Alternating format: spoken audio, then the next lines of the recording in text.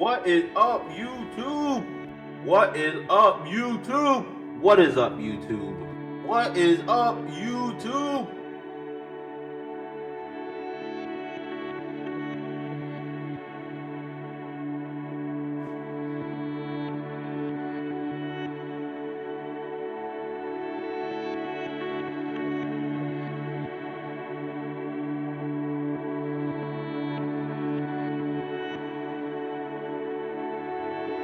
Catch you guys in the next. Catch you guys in the next. Catch you guys in the next video.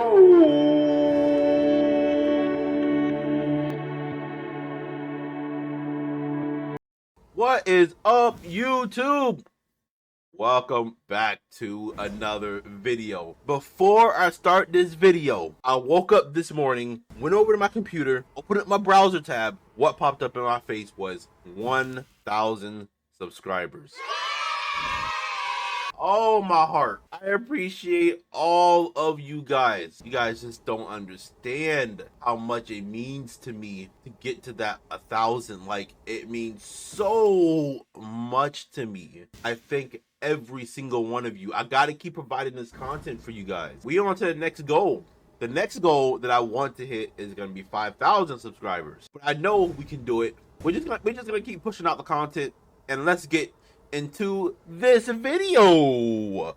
As you guys can see in this video, we need to get our 6th link. We're still on a 7th roll, which is extremely bad. We need to try to get our status garb 6th link, and then afterwards we can start pushing bosses. Our atlas is fully spec'd into scarabs and increased effect with back to the basics. Now, the reason why I'm doing this is because we're doing T1 maps in Shipyard. It's mainly because of the card Lucky Connections. Lucky Connections drops very often, and all we need is 7 to be able to get 20 orb fusings. That is a very good farm. So we're at least pulling about 300 to 500 orb fusings an hour. When you're doing red maps with this type of strategy, it's so hard to where if you have cooldown recovery rate on the map, you pretty much have no mobility skill. You have like 110% cooldown recovery. I'm not even joking. That's why I'm running these in the low maps, and I'm going to be doing Shipyard because of the Lucky Connections card. And once again, I want to thank all of you for the 1,000 subscribers. Thank you so much. And let's get into it.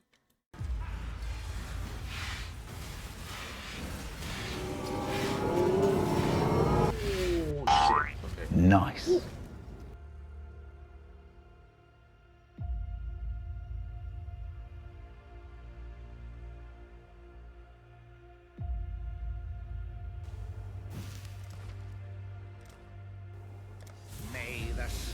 Of Solaris burn away your anguish and aid this soldier so that you may house their valiant soul.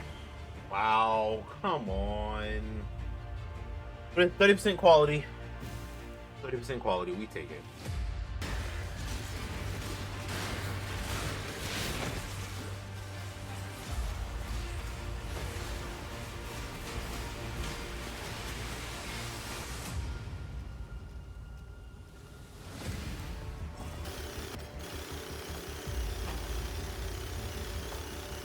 Bro, what? I can't even 6-socket it now. Oh my god. Why didn't I just fucking do the 5 minimal leak? Oh my god, man.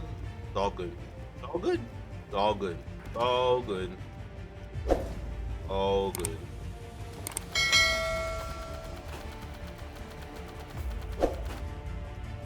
Ooh, that's a nice suppression roll. Okay, we take that. That is a nice suppression roll. Alright, forget this chest piece. We're going with this one. That is a nice suppression roll right there.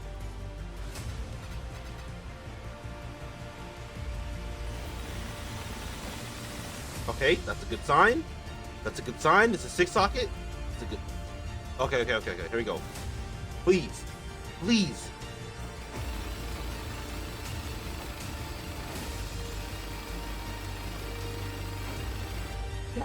Yes. Oh, thank you.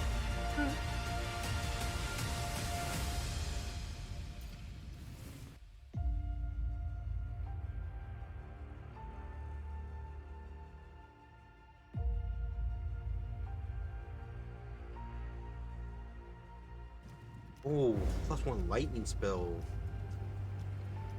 Oh, that's gonna be a hard one to roll over.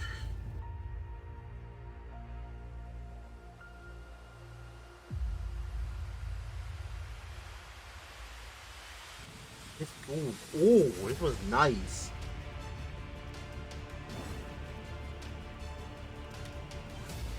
Oh, what a big damage increase.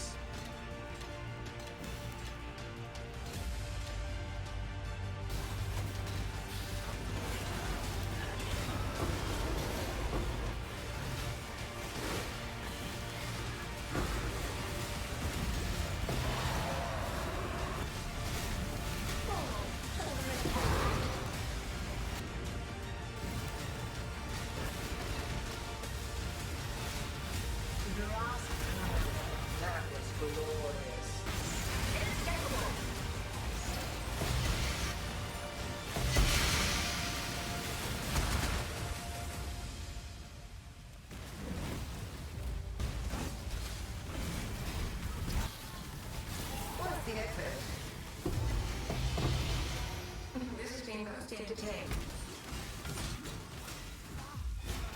Give yourself to the void. Twin terrors! Twin terrors!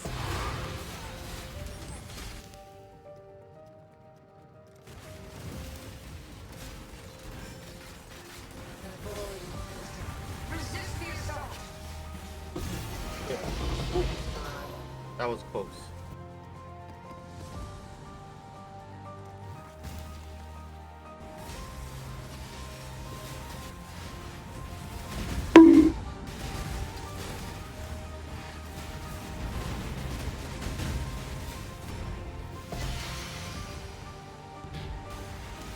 This is the key to a crown.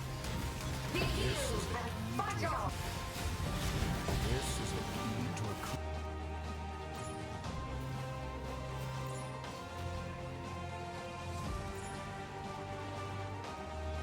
Oh, it's nice. Oh, that's nice. You want to? That's nice.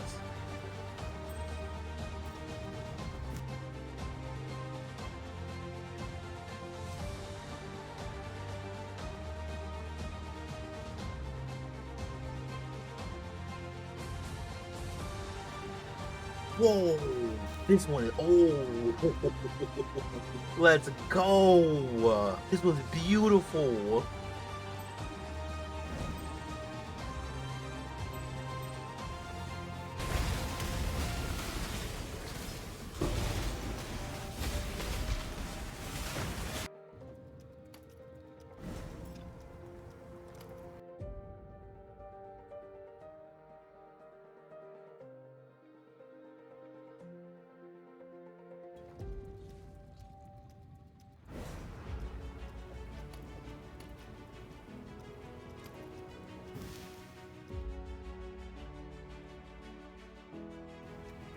Here we go.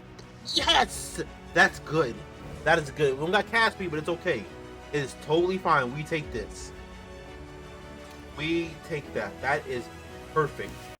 All right, YouTube. It is time to end off the video. In this video, we actually got a ton of work done.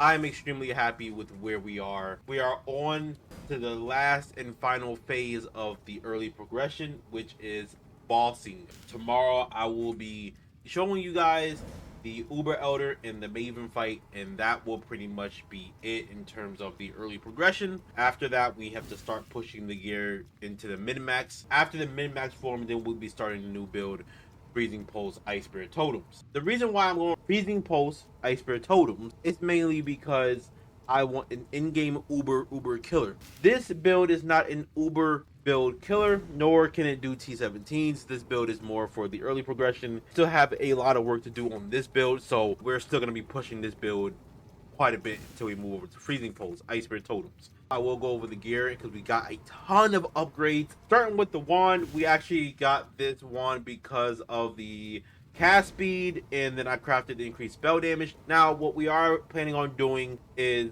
going ahead and trying to get the increased cast speed, spell damage, and mana. Those three things is very, very, very important. Let's move over to the helmet. This helmet isn't the greatest, but it is doing its job right now. The spell suppression is T3. I want to craft a new helmet and get at least T1 suppress spell damage, which we will later on down the line. But as of right now, this helmet would do. And the priority for the helmet is stuff like maximum life, max mana, suppress spell damage, pretty much res, cap out, some armor, and things like that. And that will honestly be our helmet. Let's move on to the amulet. This amulet, I actually got extremely lucky. This fracture came out of ritual. We went ahead and we crafted maximum mana on this. I hit it with harvest a couple times, and we hit the T2 cast speed, and I just crafted the maximum mana. Going forward, what I would like to do is switch this to a Citrine amulet, but I do want to do this in the graveyard. This will probably be one of our last upgrades, but as of right now, this will perfectly do it. The shield is really, really, really bad. The only reason why I'm keeping this shield is mainly because I'm trying to get a Shaper shield so I can get +1 maximum summon totems, which we will be fighting Shaper soon, so hopefully we get one. We'll be able to get the +1 maximum summon totems, which will be massive for our build. Let's move on to the ring. This ring, I crafted today. I did Harvest Reforge and happened to get lucky and hit the T1 Strength, T1 Cast Speed. These two is massive for the build, if not the best in slot for the build. The chest piece, really the reason why we're really using the chest piece is for the suppressed spell damage, and the dexterity that got rolled on it was extremely a nice roll. This suppressed spell damage will actually cap us out at 100% once we get our next two nodes on the skill tree. This ring isn't the greatest. This ring is really, really, really bad. The only reason why we're using this ring is for the +16 to all Ellie res fracture. We do want to be switching this to an amethyst ring later on down the line so we can get more chaos res, so we can be capped in all resistances, even chaos res. The gloves quite bad, but we are planning to upgrade these probably right after the shield. What I would like to hit on these is press spell damage, maximum mana, max life, and maybe some res, and be done. We did happen to get our Stygian Vice this time. We did happen to hit the 33% chaos res, and then I crafted life, and we do have the T2 maximum mana. Now later on down the line, obviously we'll be crafting a Hunter Stygian Vice with life and percent life and maximum mana, which will be massive for the build later on down the line. When we look at the Abyss Jewel, we did happen to hit the maximum life and the maximum mana, but T2 mana. So later on down the line, what we would want to be hitting is maximum life, T1 maximum life, T1 maximum mana, and we want to be hitting cast speed, T1 cast speed.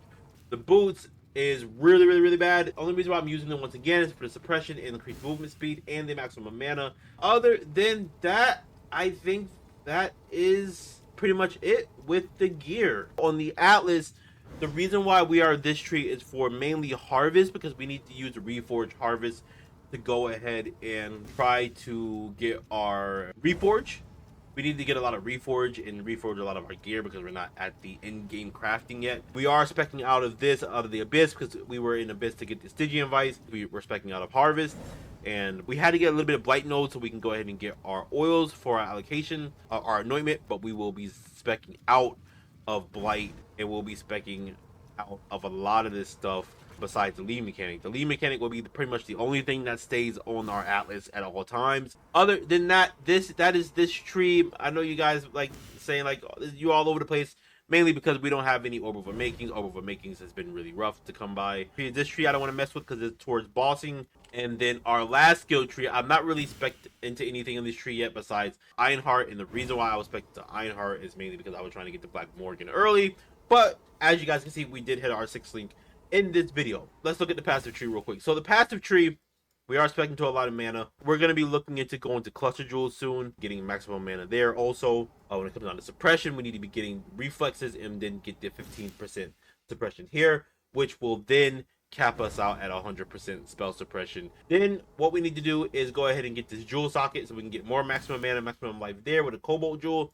And that's pretty much it. I hope you guys like this video. Hit that like, hit that subscribe button, subscribe once again. Thank you so much for the 1,000 subscribers. I really appreciate it. Keep commenting all the love because I do see it and I do reply back to majority of the comments. Catch you guys in the next video.